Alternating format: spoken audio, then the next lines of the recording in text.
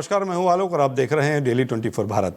आज नई दिल्ली में राष्ट्रवादी युवा कांग्रेस की दिल्ली इकाई ने पार्टी मुख्यालय पर राष्ट्रवादी युवा कांग्रेस के राष्ट्रीय अध्यक्ष धीरज शर्मा के नेतृत्व में संकल्प कार्यक्रम का आयोजन किया, जिसमें दिल्ली प्रदेश के सैकड़ों युवा कार्यकर्ताओं के बीच पूर्व केंद्रीय मंत्री और एनसीपी राष्ट्रीय महासचिव सुबोध मोहिते ने कार्यक्रम में पहुंचे और सैकड़ों युवाओं को राजनीति में आगे बढ़ने और पार्टी को मजबूत करने के लिए संकल्प दिलाया। वहीं राष्ट्रवादी युवा कांग्रेस के राष्ट्रीय अध्यक्ष धीरज शर्मा ने पार्टी की दिल्ली इकाई में युवाओं को राजनीति में प्रेरित करते हुए संकल्प दिलाया। इस मौके पर पार्टी के कई युवा नेता मौजूद रहे। वहीं संकल्प कार्यक्रम का संचालन पार्टी के गद्दावर नेता और राष्ट्रवादी युवा कांग्रेस जनरल सेक्रेटरी शेख जिलानी ने किया। संकल्प आज जो राष्ट्रवादी युवक कांग्रेस की तरफ से था, संकल्प था राष्ट्रवादी कांग्रेस पार्टी को मजबूत करने का। संकल्प था कि जो ये भेदभाव आज हर जगह पे चल रहा है उसको खत्म करने का। संकल्प था दिल्ली को प्रदूषण मुक्त करने का। संकल्प था कि इस पार्टी को कैसे अजीत दादा पवार साहब के विचारों को जम्मू कश्मीर से कन्याकुमारी तक कैसे पहुंचाना है। ये संकल्प आज राष्ट्रवादी युवक कांग्रेस ने यहाँ पे लिया और मुझे यकीन है कि जिस तरीके से हमारा संगठन मजबूती से पूरे देश में बढ़ रहा है, अजीत दादा पवार साहब के नेतृत्व में आने वाले समय में राष्ट्रवादी कांग्रेस पार्टी एक मजबूत पार्टी के रूप में पूरे देश में उभरेगी। राष्ट्रवादी कांग्रेस पार्टी के देश के युवा के अध्यक्ष धीरज शर्मा जी ने ये प्रोग्राम रखा था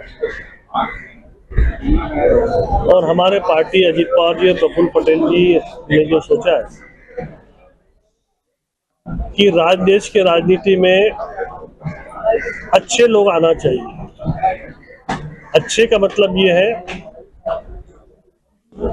कि जिनकी सोच अच्छी हो, जो देश के प्रति अच्छी भावना रखते हो और जो बेदाग हो, ऐसे लोगों को प्रमोट करने का एक मिशन राष्ट्रवादी कांग्रेस पार्टी ने हाथ में लिया है। ऐसे लोगों को हम संकल्प दिला रहे हैं कि जिनके दिलों में देश का प्रेम, देश के प्रति एक आस्था हो। इसलिए यहाँ पे एक सम्मेलन रखा गया था। आपने देखा होगा कि सब नौजवान साथी, जितनी महिला थी उतने नौजवान साथी भी थे। संकल्प आज जो राष्ट्रवादी युवक कांग्रेस की तरफ से था, संकल्प था राष्ट्रवादी कांग्रेस पार्टी को मजबूत करने का।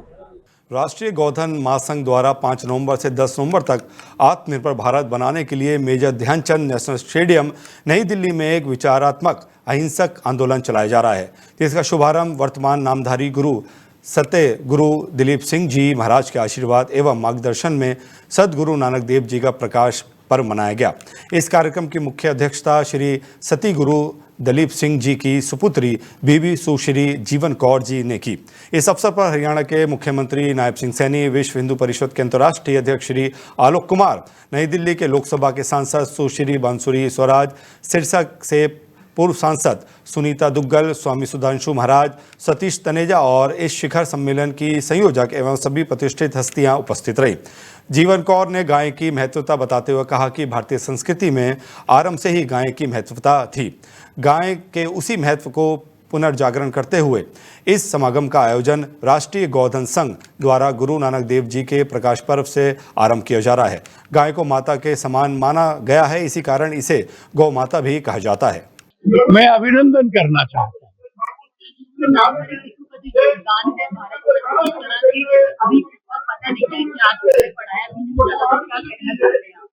पढ़ाया जाना चाहिए, सबको पता होना चाहिए कि गाय के प्रति की श्रद्धा का नामधारी समाज के लोगों ने तोपों के मुंह के सामना करके जीत प्राप्त की है।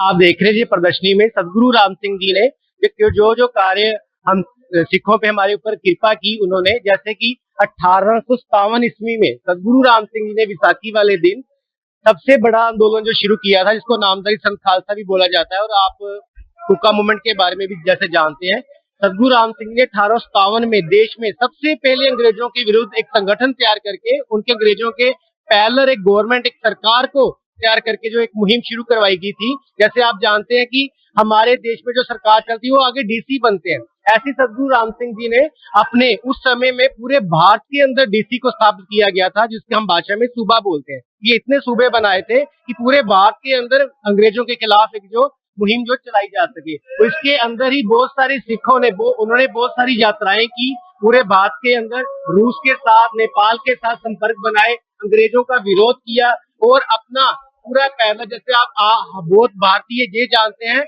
कि महात्मा गांधी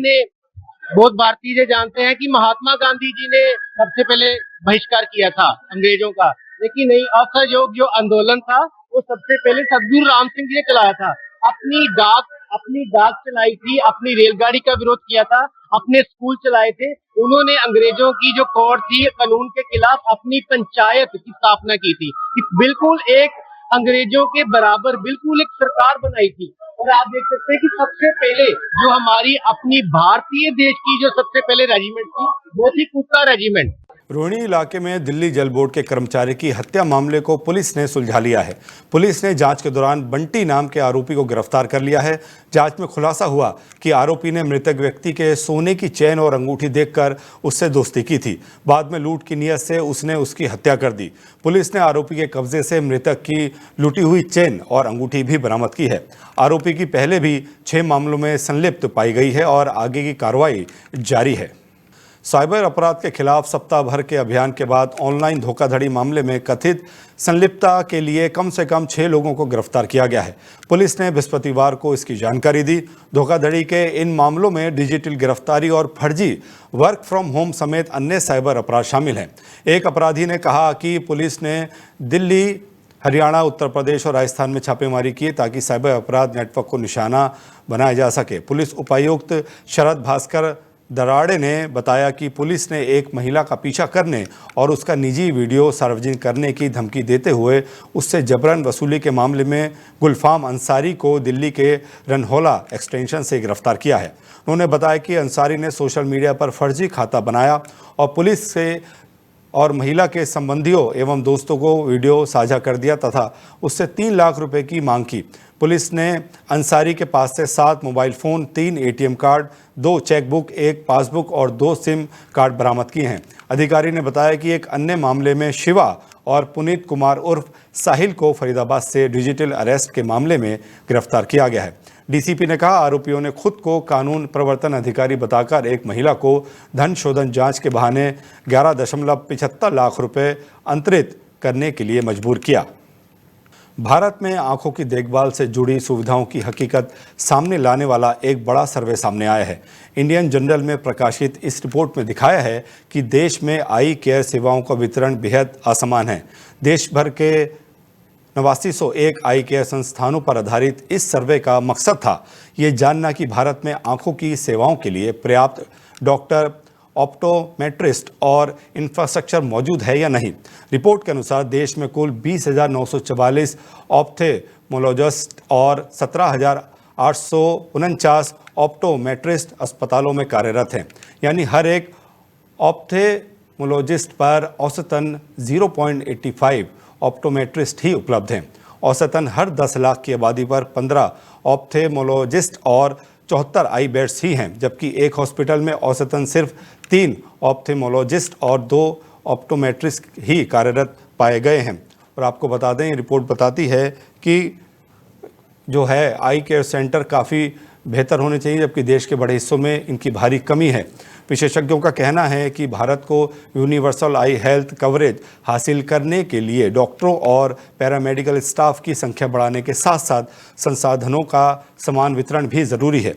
साफ है कि अगर देश को आंखों से जुड़ी बीमारियों और अंधत्व को ख़त्म करना है तो हेल्थ केयर इंफ्रास्ट्रक्चर को मजबूत बनाना और इस समय की मांग है। तो आपको बता दें, जो देश में आंखों की सेवाएं हैं उसकी असमानता उजागर की गई है इस सर्वे के द्वारा। सर जुड़ रहे हैं डॉक्टर विवेक गुप्ता जी एम्स से।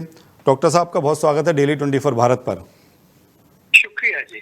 हम आपकी अभी रिपोर्ट दर्शकों को दिखा रहे थे कि जो आंखों के जो आई सेंटर हैं वो कम हैं।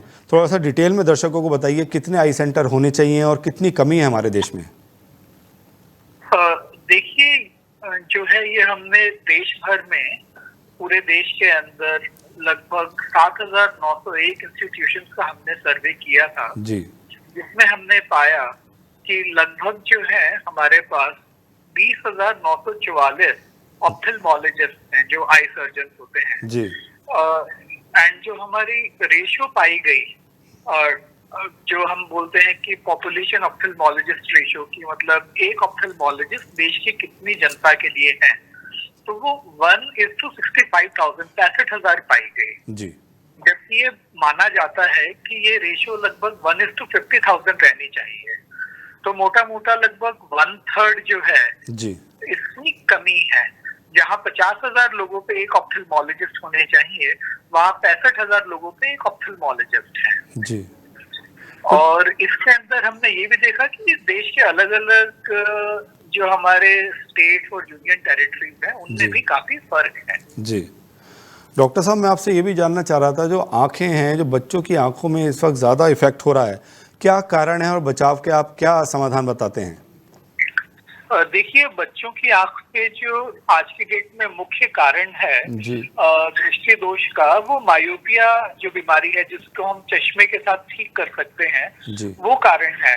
लगभग 90% बच्चों में जो दृष्टि दोष है वो मायोपिया के कारण है। जी एंड इसके अगर हम कारकों की बात करें, रिस्क फैक्टर्स की बात करें, तो मुख्यतः 2 रिस्क फैक्टर सामने आते हैं जिनके बारे में हम कुछ कर सकते हैं। जी एक तो ये कि बच्चे जो है आजकल प्लेग्राउंड में, मैदानों में, आउटडोर स्पोर्ट्स एंड एक्टिविटीज में कम इन्वॉल्व हो रहे हैं। जी और दूसरी चीज ये देखी गई है खासतौर पे कोविड के बाद कि जो नजदीक का स्क्रीन टाइम है, खासतौर पे टैबलेट्स पे या मोबाइल फोन्स पे, स्मार्टफोन्स पे, वो इंक्रीज हो गया है। जी तो जिसके कारण क्या होता है कि जो आईज की डेवलपमेंट है वो अफेक्ट होती है जी और बच्चे जो है मायोपिया का शिकार होते हैं। जी डॉक्टर साहब, दर्शक के लगातार हमसे सवाल आ रहे थे, मैंने आपसे रखने के लिए कि जो आजकल चश्मा की जगह लेंस लगा लेते हैं ऑपरेशन से, वो कितना सेफ रहता है डॉक्टर साहब, और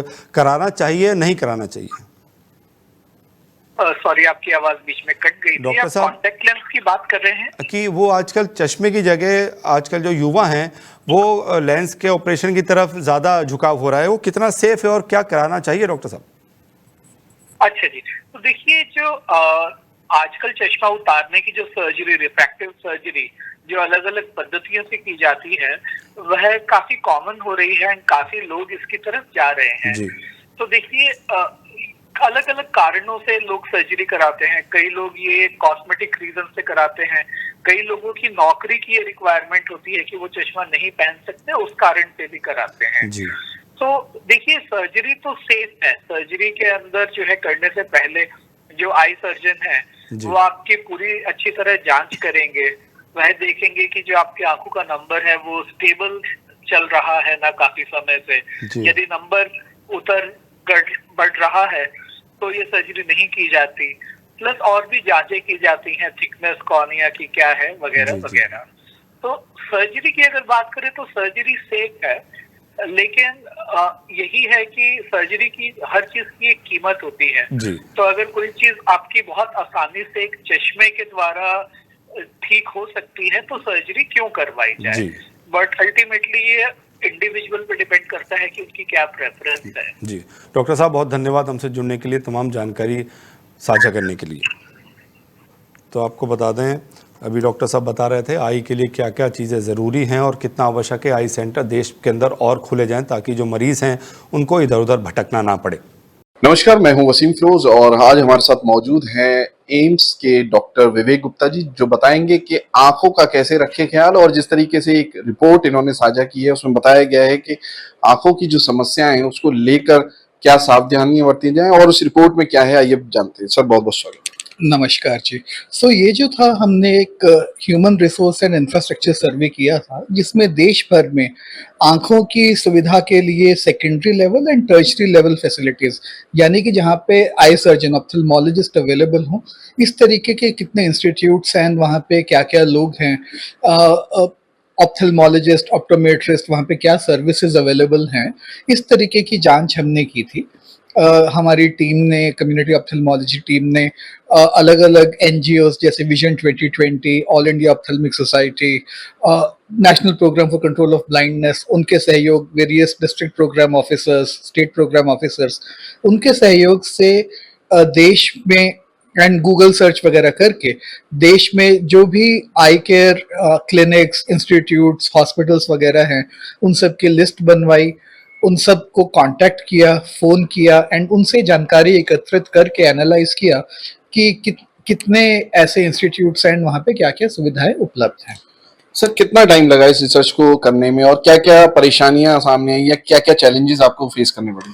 देखिए, सबसे पहले तो इसमें लगभग हमें 1.5 साल का समय लगा पूरा काम करने में। इसके अंदर जो था, सबसे पहले तो कि लिस्ट कोई अवेलेबल नहीं थी इंस्टीट्यूट्स की, तो वो लिस्ट बनाना अपने आप में एक चैलेंज था, जिसके लिए हमने बहुत ऑर्गेनाइजेशंस का सहयोग लिया। उसके बाद उनके कॉन्टैक्ट डिटेल्स, उनसे रिलेटिवली जो है बार बार उनसे फॉलो अप करना कि आप जो है जानकारी हमें दीजिए। लोगों में संकोच भी होता है जानकारी देने में कि वो क्या, कितने मरीजों को देख रहे हैं, वहाँ पे क्या क्या सुविधाएं हैं। तो उन सब चीजों में थोड़ा हमें समय लगा, लेकिन हमारी टीम इसमें लगी रही और सब लोगों के सहयोग से हम ये पूरी जानकारी ले पाए। कोई संदेश देना चाहेंगे कि किस तरीके से आंखों का ख्याल रखें? जो आजकल बच्चों में स्क्रीन टाइम बढ़ गया है, पॉल्यूशन भी बढ़ रहा है, तो जो जो बच्चे हैं, जो न्यू बॉर्न चाइल्ड हैं, उनके लिए क्या सावधानियां बरती हैं? तो देखिए, ये इस सर्वे से थोड़ा सा हटके चीज हुई। देखा जाए तो बच्चों के अंदर आज की डेट में जो 2-3 चीजें सबसे जरूरी हैं, वो तो एक ये है कि स्क्रीन टाइम, जो फोन्स, टैब्स वगैरह यूज कर रहे हैं बिल्कुल 40-50 सेंटीमीटर की दूरी पे और कभी कभी उससे भी ज्यादा नजदीक रखते हैं, उस चीज को कंट्रोल करना, कम करना बहुत ही जरूरी है। बच्चों में जो मायोपिया करके बीमारी है, वो 90% ब्लाइंडनेस, विजुअल इम्पेयरमेंट बच्चों में मायोपिया के कारण होती है। एंड इसके 2 यही मुख्य कारण हैं। एक तो ये कि बच्चे बाहर नहीं निकल रहे हैं घर से, खेल कूद नहीं रहे हैं, प्लेग्राउंड के अंदर मैदानों में नहीं जा रहे, और दूसरा नजदीक जो है, जो टैब्स का, फोन्स वगैरह का इस्तेमाल। तो इनको जितना हम कंट्रोल कर पाएंगे, उतना ही बच्चों की आंख को जो है हम सेहतमंद। देश भर में कल श्रद्धा और भक्ति के साथ नानक देव जी का जयंती मनाई गई। गुरुद्वारों में विशेष दीवान सजाए गए, लंगर का आयोजन हुआ और श्रद्धालुओं ने गुरु नानक देव जी के उपदेशों को याद किया। इसी मौके पर कांग्रेस नेता जयप्रकाश ने भी श्रद्धांजलि अर्पित करते हुए गुरु नानक देव जी की शिक्षाओं को आज के दौर में बेहद अहम बताया। गुरु नानक जी ने समानता, भाईचारे और सच्चाई का जो संदेश दिया था, वो आज भी उतना ही प्रासंगिक है। जब समाज में विभाजन की बातें बढ़ रही हों, तब हमें उनके बताए मार्ग पर चलने की ज़रूरत है। कांग्रेस नेता ने कहा कि गुरु नानक देव जी ने अमीर गरीब, ऊंच नीच और धर्म और जाति के भेदभाव को मिटाने की बात कही थी। उनकी शिक्षा थी, नाम जपो, कीरत करो, वर्ण छको, यानी ईश्वर का स्मरण करो, ईमानदारी से मेहनत करो और ज़रूरतमंदों के साथ बांटो। देश भर में इस मौके पर अमन और भाईचारे का माहौल देखने को मिला। लोगों ने लंगर सेवा में हिस्सा लिया और गुरु नानक देव जी की शिक्षाओं को अपने जीवन में अपनाने का संकल्प लिया। प्रकाश पर्व मनाया जा रहा है गुरु नानक जी का, और इसमें मेरे साथ आज मौजूद हैं कांग्रेस के प्रवक्ता जयप्रकाश जी। जयप्रकाश क्या कहेंगे आज हमारे आदरणीय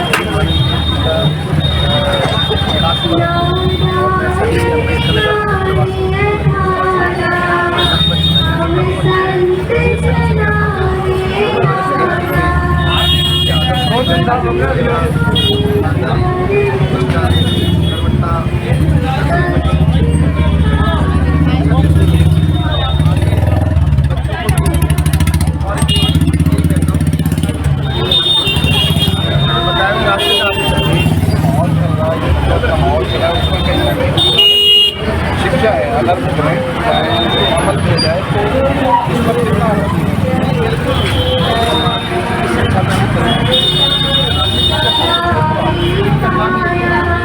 उनके बताए हुए रास्ते में चलना है। और आज बड़ा हर जगह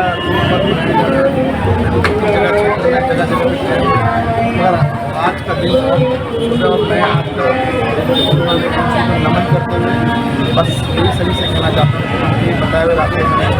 और तो ये थे जयप्रकाश जी जो बता रहे थे गुरु नानक प्रकाश पर्व पर जिस तरीके का जो देश में जो सौहार्द है वो देखने को मिला, और पूरे जो देश में इस चीज़ को लेकर एक अच्छी सकारात्मक पहल देखने को मिल रहा है। दिल्ली के वार्ड 168 संगम विहार में चल रही अवैध मिठाई फैक्ट्रियों ने इलाके में हड़कंप मचा रखा है। इन फैक्ट्रियों में ना तो किसी तरह की लाइसेंसिंग है और ना ही स्वास्थ्य विभाग की अनुमति। स्थानीय लोगों का कहना है कि ये फैक्ट्रियां गंदगी और सीवर लाइन के पास चल रही हैं, जहां पर ना तो साफ सफाई का कोई इंतजाम है और ना ही खाने की चीज़ों की क्वालिटी की जाँच की जाती है। बताया जा रहा है कि इन अवैध फैक्ट्रियों में सस्ती और खराब क्वालिटी के तेल व मिलावटी पदार्थों का इस्तेमाल कर मिठाइयाँ तैयार की जाती हैं, जो त्योहारी सीजन में आसपास के बाजारों में धड़ल्ले से बेची जा रही हैं। इलाके के लोगों ने मांग की है कि एमसीडी और स्वास्थ्य विभाग तुरंत कार्रवाई करें और इन अवैध फैक्ट्रियों को सील कर जिम्मेदारों के खिलाफ सख्त कार्रवाई की जाए। अगर प्रशासन ने अब भी कार्रवाई नहीं की तो ये मामला सार्वजनिक स्वास्थ्य के लिए गंभीर खतरा बन सकता है। तो आपको बता दें, ये बड़ी अवैध मिठाई की फैक्ट्री चल रही है और स्थानीय लोगों ने एमसीडी और तमाम अधिकारियों से इसकी शिकायत की, लेकिन बावजूद इसके यहाँ पर कोई कार्रवाई नहीं हो रही है। लोगों का इल्ज़ाम है कि ये फैक्ट्री सीवर लाइन के पास चल रही है और आपको बता दें कि ये अवैध मिठाई और यही मिठाई आसपास के जो जितने मिठाई की दुकानें वहाँ जाती हैं और जिसके कारण लोगों को गंभीर बीमारियाँ हो रही हैं। तो आपको बड़ी खबर बता रहे हैं। इस बुलेटिन में इतना ही। अपना ख्याल रखिए और देखते रहिए डेली 24 भारत। नमस्कार।